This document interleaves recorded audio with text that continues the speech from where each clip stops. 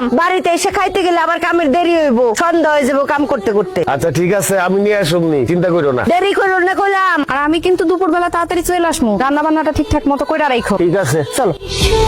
আব্বা এতক্ষণ ধরে চেষ্টা করতেছো, তারপর আগুন জ্বলতেছে না, লাকড়িটা কি ভেজা নাকি? তুই যেই হারে চোখের পানি নাকের পানি ছাড়তাছস, তাতে লাকড়ি এমনি ভিজা যাইবে। সমান অধিকার দিতে গিয়া এখন তো মনে হইতেছে চোখে দেখার অধিকারই হারাই ফেলামো বাপ্পলাই। তাই তো দেখতেছি।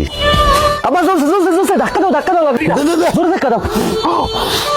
ও ভাবি, আপনি কে? কিস্তি আলি। ভাবি কই? আপনি আলিফের বউ না? হ, আমি আলিফের বউ, কিন্তু আপনার বউ কই? বাপের বাড়িতে গেছে। ভাই আহে নাই, আপনি এসেছেন কেন? আরে ভাই, প্রত্যেকদিন কি আপনার ভাইরই আসতে হইব? তার অন্য কোনো কাজ থাকতে পারে না? শরীর খারাপ হইতে পারে না? আগামী 15 দিন আমি কিস্তি তুলবো। ভাবি তো 3 সপ্তাহ কিস্তি বাকি, তাড়াতাড়ি টাকাটা দেন। 3 সপ্তাহের কিস্তি রেডি করে আছে, আসেন। কই? টাকা তো ঘরে। নিয়ে আসেন। আরে বাড়িতে এসেছেন, নাস্তা করবেন, কথা বলবেন, আসেন তো ঘরে আহেন। মানে কি? কিস্তি 3টা জায়গায় 6টা দেবো, 3টা খাতা উঠবেন আর 3টা আপনার জন্য বোনাস। ও তো বাপের বাড়ি, বুঝেন না? হরামির বাচ্চা, তুই এসব কি কইতাছস? কিস্তি দেবো, আসেন না একটু ভিতরে। তোরে জুতোটা দিয়া পিডামু, তোর কিস্তি আলিফ এসে নিব।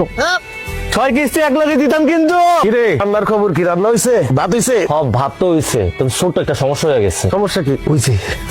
করছোস নাকি? তুই তো সব ভাত ফেলাই দিছোস। এখন আমি তোর মাল লেগে কেমনে ভাত নিয়ে যাবো? তাহলে তো দুপুরের মধ্যে খাবার নিয়ে যেতে কইছে। এ আব্বা, আমি তোমার একমাত্র পোলা, ভাতের মার গালতে গিয়ে আমার হাতটা পুড়ে গেছে, সেটা নিয়ে তোমার কোনো চিন্তা নাই। তুমি আসো, মার লেগে কেমনে ভাত লয়ে যাবে সেই চিন্তা লইয়া। তোর মার ভাত যদি আমি সময় মতো না নিয়ে যাই, তুই জানোস আমার খবর করে দিব। বউয়ের শাসন কি জিনিস, বউয়ের যন্ত্রণা কি জিনিস, তুই কি বুঝবি? এমন কইরা কইতাছো মনে হইতাছে তোমার একারই বউ আছে, আমার বউ নাই। আমি তারে কেমনে খাবার দিব সেটা কও, এটা বুদ্ধি দাও। এক কাম কর, উঠা মাটির থেকে সব ভাত উঠে ধুয়ে ফেলা। এই ভাতে ওকে খাওয়াবো, আমরা পরে রান্না করে খাবো। ঠিক আছে। তরকারির অবস্থা কি তোর? দেই তরকারি রান্না শেষের পথে, লবণটা দেখো তো। দেই লবণ হয়েছে।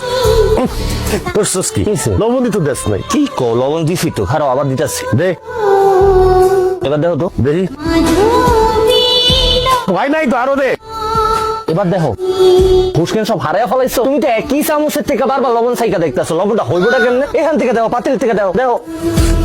ঠিক আছে? ইয়াল্লাহ, এত লবণ দেয় মানুষ? তুমি নিজেই তো আমার লবণ দিতে কইলা, তাহলে এখন কি করুম? পানি দে, বাইটান। কি করলি তুই? তুই কি এই তরকারির মধ্যে গোসল করবি? এত পানি দেয় কেউ? কি কো আব্বা, তুমিই তো আমার পানি ঢালতে কইলা। তোর মার সামনে তো আমি মুখ দেখাইতে পারুম না, লজ্জায়। খালি মার কথা লয়ে আইছো, আমি আমার বউয়ের সামনে কেমনে মুখ দেখামু? মারে আমি বুঝাই রাখবো, তুমি চিন্তা করো না। কি আর করবি? এগুলাই দিয়া দে, এগুলা লয়ে যাই। আল্লাহ জানে আজকে কি কবলে আছে। এটাই লয়ে যাও, যা আছে কপালে। হে বালা বেগম, আসো, খাইয়া দাও, আসো আসো। এ বিকাল বাজে 4টা, তুমি এত করে খাও না? একটু দেরি হয়ে গেল, কি করুম কও? খাও। কামাক গেছেন আমার? মোরে কামাক গায় নাই, একটু ঠিক মতো কাম করতে হইব। আমার কাম আমি বুঝুম। আর দুইয়া তুমি আমার সাথে খায় না? না কে খাইতে হইব? তুমি প্লেটে খাও আর আমি বাটিতে খাইতেছি।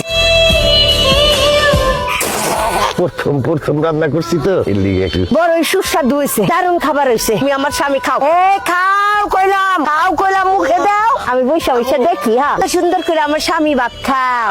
পেট ভরা। খাও খাও খাও। বাহ, তোমার তো অনেক বড় সড় আয়োজন কইরা পুরস্কার দেওয়া উচিত। আমি পুরস্কার পাবো কেন? সেরা রাঁধুনি পুরস্কার। তোমার হাতের রান্না এত চমৎকার হয়েছে, মনে হয়েছে ঢাকা সোনারগাঁর হোটেলের খাবার খাইছি। রান্নাটা খারাপ হয়েছে দেখে আমার এমনি করে খোসা না দিলেও পারতাম। মনে হইতাছে তুমি একেবারে কাজ কাম করে আজকে উদ্ধার করে ফেলাইছো। তুমি যে কিস্তি উড়াইতে গেছো, কয়জনের কিস্তি উড়াইছো? মাত্র 3 জনের কিস্তি লিয়ে বাড়িতে আইছো। প্রথম বুঝতে সবার একটু সময় লাগে। ওইটাই আমারও আজকে প্রথম দিনই আছিল, ওই কারণে রান্নাটা একটু খারাপ হয়েছে।